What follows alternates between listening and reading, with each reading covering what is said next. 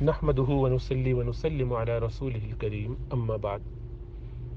اللہ سبحانہ و تعالیٰ نے اس قرآن کی حفاظت کا ذمہ لیا، فرمایا انا نحن نزلنا الذکر وانا له لحافظون، کہ ہم نے اس کو یاد دہانی کے لیے، نصیحتوں کے لیے، رہنمائی کے لیے، ہدایت کا ذریعہ بنا کر بھیجا ہے، اتارا ہے بندوں کے لیے، اور ہم ہی اس کی حفاظت کریں گے۔ پچھلی کتابوں کے برخلاف یہ ذمہ اللہ نے اپنے پاس رکھا، اور اس کی مختلف شکلیں اللہ سبحانہ و تعالیٰ نے دنیا کو اسباب سے باندھا ہے۔ چنانچہ ظاہری سبب قرآن کی یاد کرنے کا حفاظ کے ذمہ آیا۔ اس کتاب کو اللہ نے ایسی شاندار بنایا ہے کہ لوگ سورہ فاتحہ سے ناس تک یاد کرتے ہیں، چھوٹی چھوٹی عمروں میں، بڑی بڑی عمروں میں، اور اس پہ پختگی حاصل کرتے ہیں، نمازوں میں پڑھتے ہیں، تراویح میں سناتے ہیں۔ کسی کتاب کو کور ٹو کور یاد کرنا یہ بڑی ایک اجنبی اور عجیب بات ہے، اور کمال یہ ہے کہ ایسے لوگ بھی اس کو یاد کرتے ہیں کہ جن کو وہ سمجھ میں نہیں آتی، وہ چھوٹے بچے کے جو سمجھ ہی نہیں سکتے، اور وہ بڑے بھی کہ جن کی وہ زبان نہیں ہے۔ یہ اس کتاب کی معجزانہ شان ہے کہ اللہ سبحانہ و تعالیٰ نے خاص کرم اور فضل فرمایا۔ اس کے تفسیر اور تراجم کے حوالے سے اللہ سبحانہ و تعالیٰ نے مفسرین کو یہ کام دیا، اور وہ اس میں لگے ہیں الحمدللہ۔ اس کی تشریحات اور اس سے فقہی مسائل نکالنے کے لیے فقہا کو، محدثین کو لگا دیا۔ اس سے تزکیے کے کام لینے کے لیے اولیاء اللہ کو لگا دیا، صلحاء امت کو لگا دیا۔ الغرض یہ کہ اللہ سبحانہ و تعالیٰ نے اپنے کلام کی بہت اہتمام کے ساتھ حفاظت فرمائی۔ پوری دنیا میں اس وقت 7 بلین کے قریب لوگ ہیں، اور 1.5 بلین کے قریب مسلمان ہیں، اور اس میں اگر اندازہ لگایا جائے تو 1% بھی حافظ نہیں ہوں گے۔ تو جن لوگوں کو حفظ کی سعادت نصیب ہوتی ہے وہ گویا اللہ سبحانہ و تعالیٰ کی طرف سے بڑے الیکٹ اور بہت ہی زیادہ چنیدہ لوگ ہوتے ہیں۔ اس لیے اللہ سبحانہ و تعالیٰ کا بہت شکر ادا کرنا چاہیے، کیونکہ اللہ سبحانہ و تعالیٰ اپنے کام جس سے چاہتے ہیں لیتے ہیں۔ اللہ بابیلوں سے کام لے لیتے ہیں، مچھروں سے کام لے لیتے ہیں۔ تب یہ کام اگر اللہ سبحانہ و تعالیٰ نے قرآن یاد کرنے کا کسی انسان سے لیا تو اس انسان کو اس پر اللہ کا شکر ادا کرنا چاہیے کہ وہ اللہ سبحانہ و تعالیٰ کے لیے خواص میں شامل ہے۔ قرآن کو یاد کرنے کا ہر زمانے میں انداز، طریقہ مختلف رہا ہے، اور جیسا جیسا ذوق، جیسی جیسی استعداد، جیسے جیسے طریقے رائج ہوتے ہیں لوگ اس کے مطابق ڈھل جاتے ہیں، یا لوگوں کی جیسی استعداد ہوتی ہے اس کے مطابق اللہ سبحانہ و تعالیٰ علماء کو، قراء کو، اساتذہ کو الہام فرماتے ہیں کہ وہ ان کے مطابق نصاب کو آسان کر دیں، طریقہ کار کو نئے طریقے سے، نئے انداز سے وضع کریں، تاکہ یاد کرنا آسان ہو، یاد رکھنا آسان ہو، آگے چلتے رہنا آسان ہو۔ کہ جو لوگ یاد کرتے ہیں وہ آگے پڑھاتے بھی ہیں۔ اللہ کے رسول صلی اللہ علیہ وسلم کی اس حدیث کے مطابق خیرکم من تعلم القرآن وعلمہ، تم میں سب سے بہترین وہ ہیں جو قرآن سیکھیں اور سکھائیں۔ تو پچھلے 100 سالوں میں ہمارے جو طریقہ کار زیادہ رائج ہے وہ یہ کہ استاد کے پاس بچے آتے ہیں، اور اس دن کا جو نصاب استاد نے طے کیا ہوتا ہے اس بچے کی استعداد کے مطابق وہ اس کو پڑھا دیتا ہے، قرآن کھول کر سامنے بٹھا کر تجوید اور مخارج کی رعایت کرتے ہوئے صحت کے ساتھ قرآن وہ 1 دفعہ 2 دفعہ اس حصے کو، مثلا آدھا صفحہ ہے، چند آیتیں ہیں، 10 12 5 7 دفعہ پڑھوا کے جب اس بچے کو وہ پڑھنا آ جائے اور اس کی زبان پہ وہ دیکھ کر رواں ہو جائے تو اب اس کو کہا جاتا ہے کہ ابھی تمہیں چونکہ پڑھنا آ گیا تو اب جاؤ اپنا سبق یاد کر کے آؤ۔ یہ بچہ جاتا ہے اور اپنی تپائی پر بیٹھ کر یاد کرتا ہے اور سبق آ کے اپنا سنا دیتا ہے۔ اس دن کا سبق آدھے گھنٹے میں، گھنٹے بھر میں، جب اس کو یاد ہو جائے، اس کی استعداد پر ہے، اس کی تھکاوٹ پہ ہے، اس کے موڈ پر ہے، اس کی طبیعت کی میلان پہ ہے، اس کی اپنی صلاحیت کتنی ہے اس پر ہے. تو بہت سارے فیکٹرز ہیں. کبھی وہ بہت اچھا کر لیتا ہے، کبھی نہیں کر پاتا. بعض بچے بہت ذہین ہوتے ہیں لیکن یاد ان کو نہیں ہوتا، وہ اور چیزیں یاد کر سکتے ہیں اور صلاحیتیں ان میں ہوتی، لیکن حفظ کی صلاحیت نہیں ہوتی. ہر ایک کا مزاج، ہر ایک کا ماحول، انداز مختلف ہے. علامہ انور شاہ کشمیری رحمۃ اللہ علیہ حدیثوں کی کتابیں انہوں نے یاد کی، اتنے متون یاد کیے، لیکن قرآن مجید حفظ نہ کر سکے. فرماتے تو یہ مجھے حفظ نہیں ہوتا. بہت سے کابرین کا ایسا سنا. خود مفتی تقی اسماعیل صاحب دامت برکاتہم، کیا کچھ ان کو یاد نہیں لیکن حافظ قرآن نہیں. تو یہ اللہ سبحانہ و تعالیٰ مختلف لوگوں کے لیے مختلف کام متعین فرماتے ہیں. تو کسی کو حفظ کرنے کی صلاحیت مل جانا یہ اللہ کا کرم ہے، لیکن اگر کوئی حفظ نہ کر سکے تو اس سے یہ نہیں سمجھنا چاہیے کہ اس شخص کی استعداد نہیں ہے، اس بچے میں کمزوری ہے. ضروری نہیں ہے. ذوق کی کمی ہوتی ہے، بعض اوقات مزاج کی کمی ہوتی ہے، بعض اوقات طبیعت اس طرف مائل نہیں ہوتی. تو اس لیے بچوں پر اس حوالے سے جبر نہیں کرنا چاہیے، سختی نہیں کرنی چاہیے کہ وہ ضرور قرآن کا یہ حصہ یا پورا قرآن یاد کرے. یہ ضروری نہیں ہے کہ وہ قرآن یاد کر کے ہی اچھے مسلمان بنے یا اسلام کی خدمت کر پائیں، بلکہ اس کے علاوہ بھی دین کی خدمت کی جا سکتی ہے اور لوگ کرتے ہی ہیں. تو اس لیے اس کو بہت زیادہ طاری نہیں کرنا چاہیے. اب جب یہ اساتذہ بچوں کو قرآن یاد کرنے کے لیے بھیج دیتے ہیں، سبق یاد کرنے کے لیے بھیج دیتے ہیں، تو اس میں بعض بچے جو بہت ذہین اور سمجھدار ہوتے ہیں، شوق رکھتے ہیں، وہ تو جلدی سے سبق آ کے سنا دیتے ہیں اور اس کے بعد اپنا جو سبق پارا ہے وہ تیار کرتے ہیں، پھر اس کے بعد منزل سنا دیتے ہیں. تو تینوں کام ان کے بآسانی ہو جاتے ہیں. یوں یہ بچے آگے بڑھتے چلے جاتے ہیں. اور قرآن کا کمال یہ ہے کہ اگر اس کو مستقل آدمی پابندی کے ساتھ پڑھتا رہے تو اس میں یاد کرنے کی استعداد بڑھتی جاتی ہے. پہلے اگر وہ چند آیتیں یاد کر سکتا تھا تو اب وہ اس سے زیادہ یاد کر پاتا ہے. آہستہ آہستہ بچوں میں یہ استعداد پیدا ہو جاتی ہے کہ وہ ایک صفحہ بعض اوقات 2 صفحے یاد کر کے نیا سبق سنا لیتے ہیں. تو یہ صلاحیت لوگوں میں، بچوں میں پیدا ہوتی ہے. اس میں بہت سارے فیکٹرز ہیں، جیسا عرض کیا کہ بچے کی اپنی استعداد وغیرہ تو ہے ہی. اس میں یہ بھی ہے کہ بچے کو ٹائم کتنا دیا جا رہا ہے، بچے کو توجہ کتنی مل رہی ہے، اس کو سہولت کتنی حاصل ہے، اس کو کتنا ہم نے اسٹریس فیکٹرز وغیرہ سے الگ رکھا ہے. اس بچے کو جو پڑھا رہا ہے استاد، وہ کتنا تقویٰ کے ساتھ، اخلاص کے ساتھ، للہیت کے ساتھ، دعاؤں کے ساتھ پڑھ رہا ہے. وہ والدین جو اپنے بچے کو حفظ کرانا چاہتے ہیں، ان کی طلب تڑپ کتنی ہے، وہ کتنا سر بسجود ہو کر اپنی اولاد کے لیے دعا کرتے ہیں، اس کے حفظ کے لیے دعا کرتے ہیں، اس کے لیے جاگتے ہیں. یہ تینوں کام، استاد کا مخلص ہونا، والدین کا مخلص ہونا اور اس پہ دعائیں کرنا، اسی طرح خود طالب علم کا محنت کرنا، اخلاص کے ساتھ لگے رہنا، تینوں ہی اینگل سے اگر یہ چیز درست ہو اور ٹھیک ہو تو پھر اس کا نتیجہ ویسے ہی نکلتا ہے جیسا کہ امید کی جاتی ہے، جیسے کہ توقع ہوتی ہے، اور اللہ سبحانہ و تعالیٰ اس میں برکتیں ڈالتے ہیں. عموماً اس ٹرائنگل میں کسی ایک جگہ، اس تکون میں کسی جگہ پر کمی رہ جاتی ہے تو پھر وہ نتیجہ اس طرح سے برآمد نہیں ہوتا جیسا کہ امید کی جا رہی ہوتی ہے.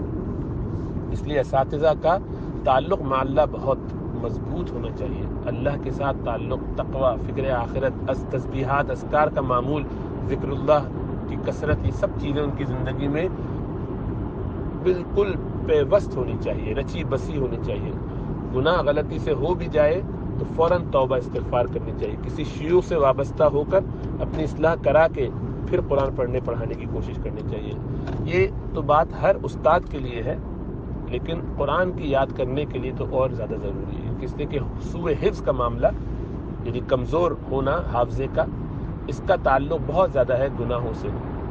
امام شافعی رحمۃ اللہ علیہ نے اپنے استاد وکیع رحمۃ اللہ علیہ سے اس بات کی شکایت کی، اس بات کا تذکرہ کیا، اپنا یہ کنسرن ان کے سامنے پیش کیا کہ مجھے یاد نہیں رہتی چیزیں. تو اس کو پھر شعر میں بیان بھی کیا کہ شکوت الی وکیع سوء حفظی، میں نے اپنی کمزوری حافظے کا تذکرہ اپنے استاد امام وکیع سے کیا. فاوصانی الی ترک المعاصی، تو انہوں نے مجھے گناہ چھوڑنے کی وصیت کی. فإن العلم من نور الہی، کہ علم یہ اللہ کا نور ہے، وَنُورُ اللَّهِ لَا يُعْطَى لِعَاصٍ، اور اللہ کا نور گنہگاروں کو نہیں دیا جاتا۔ تو نور حاصل کرنے کے لیے ضروری ہے کہ ہم تقوی سے رہیں، گناہوں سے بچیں، فکر آخرت ہمیں اپنے سروں پر، اپنے دماغوں پر، اپنی سوچ پر مستولی رکھنی ہوگی۔ اب یہ اگر پری ریکویزٹس ہیں موجود اور اخلاص سے قرآن یاد کرنے کا جذبہ ذوق موجود ہے، اس لیے نہیں کہ دوسرے بھی کر رہے ہیں تو ہم بھی کر لیں، اس لیے نہیں کہ ہمارا خیال ہے کہ یہ بچہ جو حافظ ہو جائے گا تو ہمیں تاج مل جائے گا، ہمارا کام بن جائے گا، ہم تو دنیا میں پڑے ہوئے ہیں، نماز روزہ کیا کرنا، بس موقع ہی نہیں ہے، ہم تو اپنی شرارتوں میں، گناہوں میں ہیں، اولاد کے ذریعے کام بن جائے، یا یہ کہ لوگوں میں واہ واہ ہو کہ ہمارے گھر میں بھی کوئی حافظ ہے، یہ کہ بس ایک کلچر ہے، سبھی لوگ کرتے ہیں تو کروا لیتے ہیں۔ تو اگر اس طرح کی کچھ خواہشات اور جذبات ہیں، نیتیں ہیں جس کی بنیاد پر یاد کیا جا رہا ہے، تو اس کی وہ برکات حاصل نہیں ہوں گی، یاد کر بھی لیں گے تو نقصان ہوگا۔ پھر ایک اور چیز جو بہت اہم ہے وہ یہ کہ قرآن یاد کرنے کے بعد اس کے اوپر عمل کرنے کا جذبہ، اپنی زندگی میں اس کو لانے کا جذبہ، اخلاص کے ساتھ آگے اس کو پہنچانے کا جذبہ، یہ بھی رہنا چاہیے، سکھانا چاہیے آہستہ آہستہ۔ جب یہ ترتیب ہوتی ہے تو پھر اس کا نتیجہ زبردست برآمد ہوتا ہے۔ اب یاد کرنے کے جو پروسیجر ہے، ہمارے طریقہ کار ہے، اس طریقے میں ہمیشہ ظاہری بات گنجائش ہوتی ہے امپروومنٹ کی۔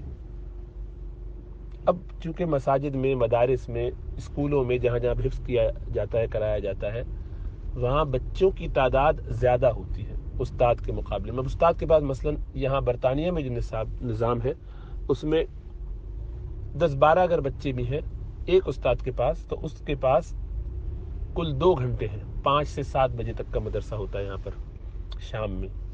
تو اس 2 گھنٹے میں یہ 10 بچے اگر اس کے پاس ہیں یا 8 بچے اس کے پاس ہیں، تو ایک بچے کے لیے اس کے پاس 15 منٹ ہے۔ اب ہوتا کیا ہے کہ وہ جو ذہین بچے ہیں وہ تو سبق آ کے فوراً سنا دیتے ہیں، جو کمزور ہوتا ہے وہ لگا رہتا ہے، پہلا آدھا گھنٹہ، پون گھنٹہ اس کا ویسے ہی گزر جاتا ہے، پھر وہ آہستہ آہستہ نہیں یاد ہوتا تو جا کے سناتا ہے، استاد کہتے دوبارہ دیکھ کر آؤ، کچا ہے، ٹھیک نہیں ہے، واپس جاتا ہے۔ اب یا تو اس کی صلاحیت نہیں ہے، یا تھکاوٹ ہے اسکول سے آنے کے بعد، یا اس کے پاس اتنا ذوق نہیں ہے کہ وہ اس پہ محنت کرے، وہاں بیٹھا ہوا کھیل رہا ہے، بات چیت کر رہا ہے، وقت گزارنے کی کوشش کر رہا ہے، بات چیت نہیں بھی کر رہا تو ایسے ہی اپنے خیالات میں مگن ہے، تو یہ بچہ ظاہری بات ہے آہستہ آہستہ پیچھے ہی ہوگا۔ اس میں اس کی صلاحیت کا مسئلہ نہیں ہے، اس میں ہمارے طریقہ کار کا مسئلہ ہے۔ طریقہ کار اگر دہائیں، طریقہ کار یہ سوال کیا جا سکتا ہے کہ اس کے باوجود بڑی تعداد میں لوگ حافظ بنتے، بالکل بنتے، لیکن وہ کہ جو سیلف موٹیویٹڈ ہو یا سیلف انیشیٹڈ ہو، جن کو بہت ذوق شوق ہو، جن میں بڑی تڑپ ہو، جن کا ذوق ہے، فکر ہے، وہ تو کر لیں گے، وہ ہمیشہ کر لیتے ہیں۔ لیکن جو استاد کا کنٹریبیوشن ہو سکتا تھا وہ یہاں نہیں ہو پاتا، اس کی وجہ استاد کی صلاحیت کی کمی نہیں ہے، اس کی تقوی کی بھی کمی انشاءاللہ تعالی نہیں ہوگی، لیکن جو اصل وجہ ہے وہ یہ کہ طریقہ کار میں ہم تھوڑا سا اور اگر تنوع پیدا کر لیں تو اس کے فوائد زیادہ نظر آئیں گے۔ تو اس میں ایک خیال یہ دل میں رہتا ہے، اللہ کرے کہ اس میں خیر ہو، لیکن اس کو بیان کرنے کی وجہ صرف یہ ہے کہ ہم ایک نئے طریقے سے یاد کرانے کا طریقہ، نیا حفظ کے حوالے سے تو کہہ سکتے ہیں بڑے لیول پر، لیکن ہم نے یہ اپنے بچوں پر اور کچھ طلباء پر تھوڑا تھوڑا کر کے آزمایا تو اس کے فوائد دیکھے۔ اور یہ بات اس لیے زیادہ قرین قیاس لگی کہ اسکولوں کا نظام ہم نے دیکھا کہ بچوں کو آپ 3 سے 4 سال کی عمر میں بھیجیے، وہ پہلے دن جاتا ہے، شام تک گھر جب آتا ہے یا 2 گھنٹے 4 گھنٹے بعد آتا ہے اپنی نرسری سے، تو اس کو آج بابا بلیک شیپ یاد ہوتی ہے، اور وہ ساری زندگی نہیں بھولتا، ایک دفعہ کی یاد کی گئی۔ کچھ دنوں کے بعد وہ آتا ہے، اس کو ٹوئنکل ٹوئنکل لٹل اسٹار یاد ہوتی ہے، کبھی وہ جیک اینڈ جل یاد کر کے آ جاتا ہے، کبھی اردو کی کوئی نظم اس کو یاد کرائی تو وہ اس کے ذہن سے نہیں نکلتی۔ بچپن کی نظمیں یاد کی ہوئی نہیں نکلتی، کہانیاں پڑھی ہوئی یاد کی ہوئی نہیں نکلتی۔ تو کیا وجہ ہے کہ ان چھوٹے بچوں کو جب ہم قرآن یاد کراتے ہیں تو وہ یا تو کرتے نہیں، یا کرتے ہیں تو نکل جاتی۔ تو دل میں خیال آتا ہے کہ اس کی وجہ یہ ہے کہ اسکولوں میں سارے بچوں کو ملا کے ایک ساتھ بٹھا کے یاد کرایا جاتا ہے. تو یہ تجربہ میں نے اپنے بچوں میں جہاں دیکھا اس کا مجھے فائدہ نظر آیا. تو پھر یہ سوچا کہ اپنا یہ ترتیب ایسے ہی چلائی جائے. تو اب بچوں کو اس کم سے کم ٹائم میں انگیج کرنا آسان ہوتا ہے. تو ہمارے یہاں جو نصاب ہم نے ابھی نظام بنایا ہے 6 ستمبر سے، وہ یہ ہے کہ 7 بجے سے شروع کرتے ہیں تاکہ بچوں کو اور ان کے والدین کو وہ جو ٹائم چاہیے وہ مل جائے پورا گھر پہ آنے کے بعد، اور والدین میں سے کوئی ایک وہاں موجود ہو، کیونکہ ہمارے تعلیمی نصاب میں یہ شرط ہے کہ والدین ہمیشہ بچوں کے ساتھ سبق میں ہوں گے. تو اب وہ بچے جو ہمارے ساتھ آ جاتے ہیں تو والدین کو ہم اپنے ساتھ بٹھاتے ہیں اور یوں ہم بآسانی ان کو یاد کراتے ہیں. تو اب کوئی بچہ اس میں شرارت نہیں کرتا عموماً. اسی طرح وہ بچہ محنت کرتا ہے اس وقت بیٹھ کے استاد کے ساتھ، اور پھر ہم اس کو جو ہے وہ مثلاً 50 دفعہ 60 دفعہ اگلے 20 سے 25 منٹ میں قرآن کا وہ حصہ جو اس دن کا سبق ہوتا ہے یاد کراتے ہیں. تو میں خود پڑھاتا ہوں اور میرے پیچھے وہ پھر سارے بچے، ان کے والدین، پردے کے پیچھے خواتین اور ان کے بچے ہوتے ہیں. وہ چند ہوتے ہیں، زیادہ مرد حضرات ہیں اور ان کے بیٹے 1 یا 2 وہ آتے ہیں. اور ہفتے میں ابھی ہم 4 دن ہی یہ کر پا رہے ہیں. 7 بجے کا ٹائم ہے لیکن شروع ہوتے ہوتے 7:05 7:07 ہو جاتے ہیں، کیونکہ جو دن کا مدرسہ ہے 5 سے 7 والا وہ 7 بجے ختم ہو کے نکلتے ہیں لوگ. اتنی دیر میں ہم داخل ہوتے ہیں، سیٹ اپ کرتے ہیں اپنا اور پھر شروع کرتے ہیں سلسلہ. 7:30 بجے ہمارے یہاں نومبر کے مہینے سے عشاء کی نماز شروع ہو چکی ہے. تو بس شروع ہی کرتے ہیں کہ اذان ہو جاتی ہے، 15 منٹ پڑھتے ہیں کہ عشاء کی جماعت ہو جاتی ہے. 20 منٹ کے بعد دوبارہ سبق شروع ہوتا ہے. تو 7:50 سے لے کے پھر مزید ہم اگلے آدھے گھنٹے پڑھتے ہیں. تو 45 منٹ عشاء سے پہلے اور تقریباً 40 منٹ عشاء کے بعد، اس میں بھی آدھا گھنٹہ عشاء کے بعد ملا کے 45 منٹ، 40 سے 45 منٹ. اور اس میں جب صورتیں مکمل ہو جاتی ہیں تو اس کا امتحان ہر منگل والے دن ہوتا ہے. اس کے لیے ہمارے دوست احباب پرانے شاگرد جو ہیں ان سب کو ہم جمع کر لیتے ہیں کہ سب 2-2 3-3 کا سبق سن لیں. تو یہ تقریباً 60 کے قریب لوگ ہیں اور 4 دن ہم ایسے پڑھتے ہیں. ہر روز جب ہم پڑھتے ہیں تو پچھلا جو سبق ہے وہ سب بھی دہراتے ہیں. اگلا سبق اس کی 5 7 8 آیتیں جو ہیں وہ پڑھتے ہیں. اما پارے سے شروع کیا ہے جو عام ترتیب ہے، چھوٹی چھوٹی صورتیں، چھوٹی چھوٹی آیتیں اور صورتیں ہوتی تو ذرا آسان رہتا ہے. تو ابھی ہم نے 2 مہینے میں گویا 40 دن سبق ہوا ہے، اور اس کو آپ لگا لیجئے 40 سے 45 منٹ کے حساب سے. اس میں ہم نے پورا 1 پاؤ مکمل کر لیا. سب لوگوں نے 1 پاؤ یاد کر لیا ہے. اما یتساءلون والنازعات عبس وتولی اذا الشمس کورت اور اذا السماء انفطرت. یہ 5 صورتیں ماشاءاللہ سب کی گزشتہ کل یاد ہو گئیں. آج جمعرات کو ہم سبق نہیں کرتے اس لیے کہ یہ ہماری بڑی کتابوں کا اس دن مدرسہ ہوتا ہے. تو کل ہوگا دوبارہ سبق یعنی جمعے کو، اور اس میں ہم سورہ مطففین پڑھیں گے.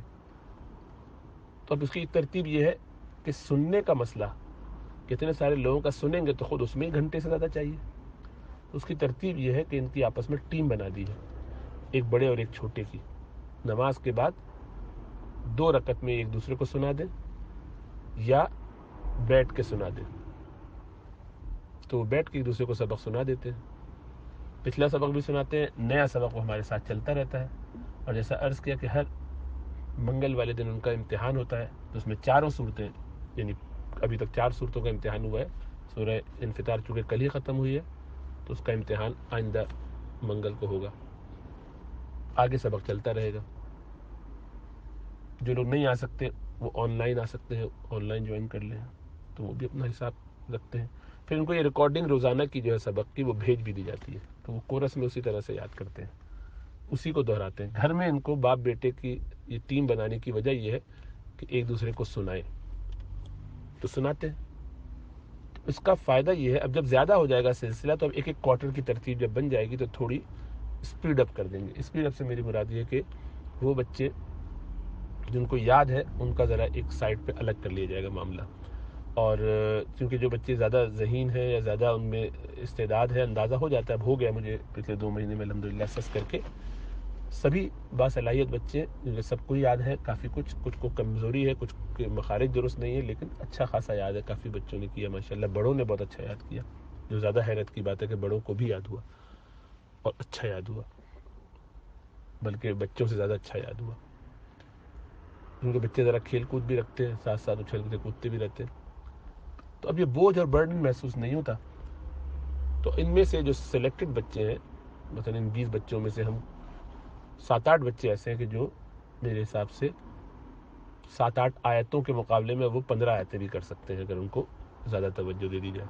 تو ان کو ہم سپریٹ کر لیں گے، اور بڑوں کے ساتھ وہ بقیہ چھوٹے بچے ایک استاد کے ساتھ پڑھیں گے، اور ان کو میں سبق دے کر پھر ذرا جایا کروں گا. تو یہ اپنا آپس میں ریوائز کریں گے، ایک استاد ان کو پڑھا رہے ہوں گے، ایک ان کو، اور میں دونوں کی طرف تجوید اور مخارج کی اصلاح کرتے کرتے، تاکہ دونوں طرف نظر بھی رہے. تو یہ ایک پائلٹ پروجیکٹ ہے، دیکھیے کیسا رہتا ہے. اسکولوں میں سمجھتا ہوں کہ اسی طریقے سے کیا جا سکتا ہے. اچھا، ایک چیز اس میں ذہن میں رہے کہ یہ تجربہ تو ہے، لیکن چونکہ ٹائم ٹیسٹڈ نہیں ہے، اور پہلے اکابرین کا جو طریقہ رہا ہے وہ ٹائم ٹیسٹڈ ہے، اس کی برکتیں اور آج تک امت میں چلا آ رہا ہے، تو اس لیے ہم اس کو بائی پاس نہیں کرتے. طریقہ تو وہی اصلی ہے، لیکن چونکہ اب لوگوں میں استعداد کم ہے، کمزوری آ گئی ہے، وقت ادھر ادھر بہت لگتا ہے. اب اسکولوں میں پہلے یہ ہوتا تھا کہ ظہر میں آپ اسکول سے آ گئے گھر، اب باقی ٹائم فارغ ہے. یہاں حال یہ ہے کہ 3:30 بجے تک، 4 بجے تک گھر پہنچتے ہیں، چھٹی ہو جاتی ہے 3:15 بجے، آتے آتے ٹائم لگتا ہے. تو بڑی ایک مشقت ہے، اس لیے اس کو ذرا ایفیشینٹ بنانے کی کوشش ہے. اس میں سب سے اہم چیز یہ ہے کہ طلبہ میں ادب رہے، اور ادب کا طریقہ یہ ہے کہ ان کو زمین پہ ہی بٹھا کے پڑھایا جائے. جب یہ کرسی پہ بیٹھا جاتا ہے اور اس میں لوگ پڑھتے ہیں تو اس کا اسٹینڈرڈ ایک دنیاوی حساب سے بن تو جاتا ہے، لیکن اس سے قرآن کی عظمت دل میں نہیں رہتی، وہ قدر نہیں رہتی. زمین پہ ہی پڑھنے کا طریقہ جو نبوی طریقہ ہے، کیونکہ اس میں کوئی قباحت بھی نہیں ہے، بلکہ سنت کی وجہ سے اس کی برکت بھی ہے، اور وہ ایسی کوئی چیز نہیں ہے کہ جس سے کسی کو کوئی کمپلیکس ہو جائے. اس کا اچھا طریقہ یہ ہے کہ اس کو ایک اچھا کارپیٹڈ سا روم ہو، اس میں باقاعدہ ان کی اسپیشل قسم کی ڈیسکس ہوں جو زمین پہ رکھی جاتی ہیں، ہمارے مدرسوں میں استعمال ہوتی ہیں.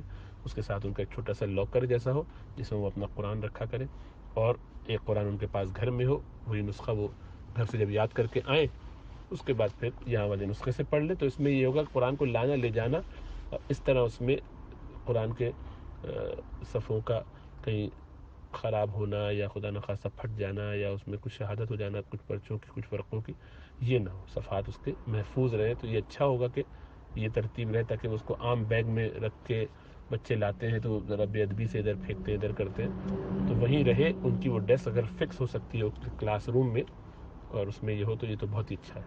یا وہاں شیلف ہو جس میں وہ رکھیں تاکہ لانے لے جانے میں اس کو خراب نہ کریں.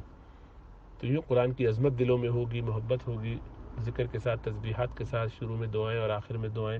اور جیسا عرض کیا کہ جب 2 نفل میں سناتے ہیں ایک دوسرے کو تو استاد بیچ میں چلتے رہتے ہیں، دیکھتے رہتے ہیں کہ بھئی کیا پڑھ رہے ہیں، کیسا پڑھ رہے ہیں. نظر رکھتا ہوں کہ بھئی کیا دیکھ رہے ہیں، تو کوئی غلطی کوئی تو وہ سب چیک. تو ایک دوسرے کو ذرا بچے کو ایک پریشر رہتا ہے کہ بھی سنانا ہے. تو اس طرح امید ہے کہ اس سے فائدہ ہوگا. بہرحال اللہ سبحانہ و تعالیٰ ہم پر کرم اور فضل فرمائے. تو یہ ترتیب ہے جو ہم نے شروع کی ہے. دعا کیجیے کہ اس میں خیر ہو، اللہ اس میں برکتیں ڈالے. اور لگے گا کہ نہیں ہے تو خدا نخواستہ پھر چھوڑ دیں گے، اسی ترتیب پہ رہیں گے جو پہلے. تو یہ کوئی نوبلٹی کا شوق نہیں ہے، بلکہ صرف یہ ہے کہ شاید اس طرح ہم لوگوں کو آسانی سے کم وقت میں زیادہ بہتر رزلٹس دے سکیں. اللہ اپنا فضل فرمائے. دعاؤں کی درخواست.